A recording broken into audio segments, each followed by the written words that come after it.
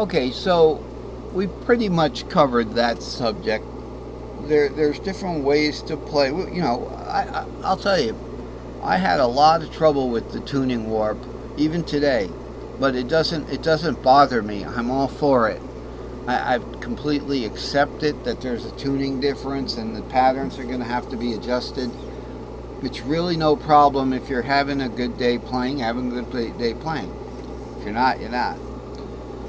What I came up with is a new system here to be able to play the barred patterns near the fret nut or a capo. And the only thing I had to do was play in these keys here. This all started with the idea of playing an F. So we got key of F as the E shape of the cage system. So we're going to play the E shape in F, and that leaves the D shape as an E flat, the C shape as a D flat. So it's primarily a D flat system. A would be B flat, G would be A flat, and that's outlined up here a little bit. Let's see what we got here. Guitar open cage shape chords and scales. What we're going to do is are we going to be playing an F? No. Pretty much going to be playing in D flat. But look at the F. Now this F, if I play this F here, you know it's going to come out a D flat because of I down tuned this. But that's not what that D flat's about. That D flat's about a C-shaped D flat right here. But that's a C-shaped C.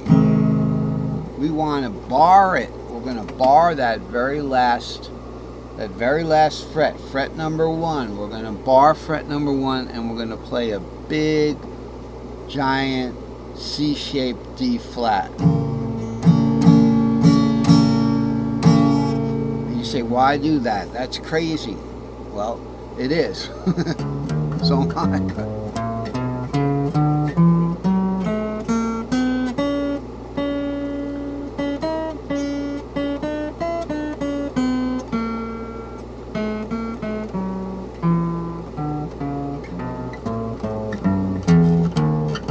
So S2L, S3L,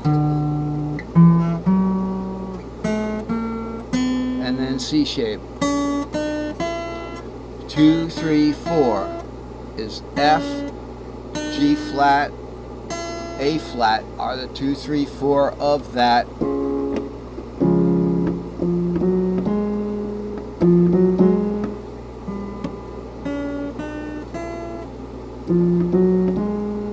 Okay, so that would it would have helped for me to tune the piano properly. So in actuality, it's coming out. It would be something like that. Now, why do we do that? Why would we do something as crazy as barring the first fret? Because that enables us to get these other notes, and I want to show you something wonderful. Because this can be applied to any key is the important thing. It can be applied to any key. There's more to this than you think. So let's look at it one key at a time. This is a very important segment. You know, we've kind of just been getting our butts kicked by this subject, or I have. And if I can't teach it, you know, I know it's difficult for you people.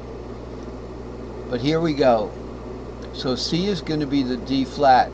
So it's a C-shaped D flat. Now remember, start with your C. We're going to do the whole cage system just up 1 fret. So instead of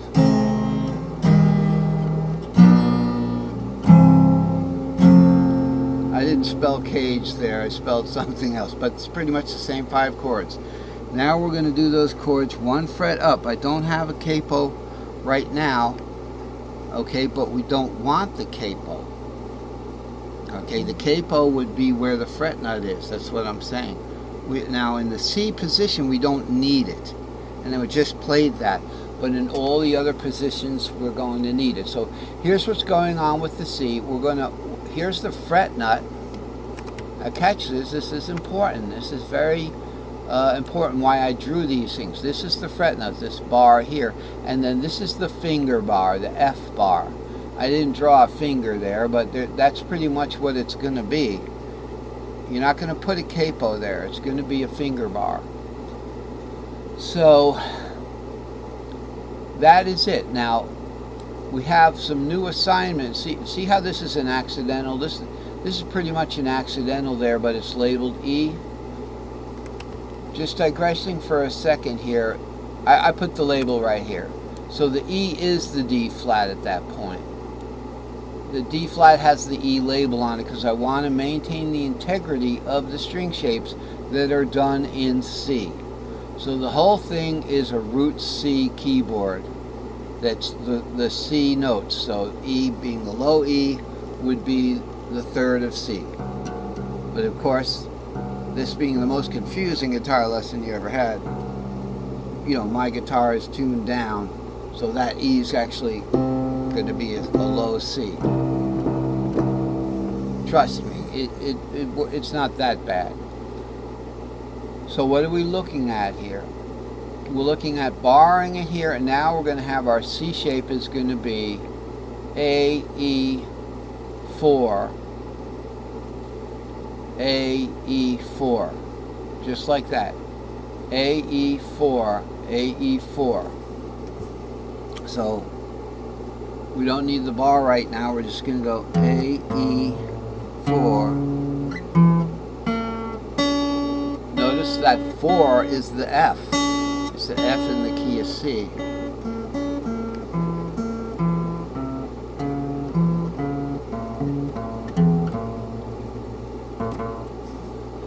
So you're not going to see this happening in the key of C because C, everything's open anyway.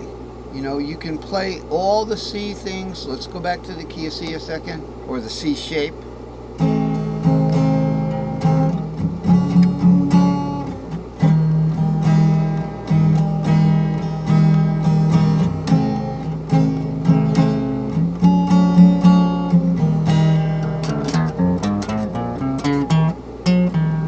Okay, then you do that C diatonic. So you do that C diatonic over pretty much the 1, 4, and the 5. Sometimes the 5 you might want to, you know, do a different diatonic there, but you're pretty much safe doing the C diatonic over all of the modes in the key of C. So let's move on to the A shape. Now all of a sudden we have a problem, but we solve that problem. We're going to use the open strings. Now the open strings are magically going to come alive for us. So our A shape pentatonic is going to be 4, 5, G, root, 2, 4, 5, G, root, 2, 4, 5. Okay? And what I'm saying is that this is in B flat now. B flat is pretty much it's the fourth of something. It's, you know, when we're looking at this cage system here, let's go back to the original label here. Okay, so you have caged. So when you look at cage, you look at C and A. Okay, there's a C. Hey, there's an A. You don't look at A as part of that C. Hey, you know, so the B flat really isn't part of the D flat there. It's just the key of B flat on its own. So we've got 5 keys now. We've got the key of D flat in the C shape, the key of B flat in the A shape, the key of A flat in the G shape, the key of F in the E shape, and the key of E flat in the D shape. Now people would normally identify easier with the key of F in the E shape. So this would be the key of F in the E shape, right? Here's an E-shaped F. I just want to tune up. Okay, so we've got the key of F in the E shape. All right, and we're using the root C keyboard fretboard. So F is the fourth. The F triad would be 4, 6,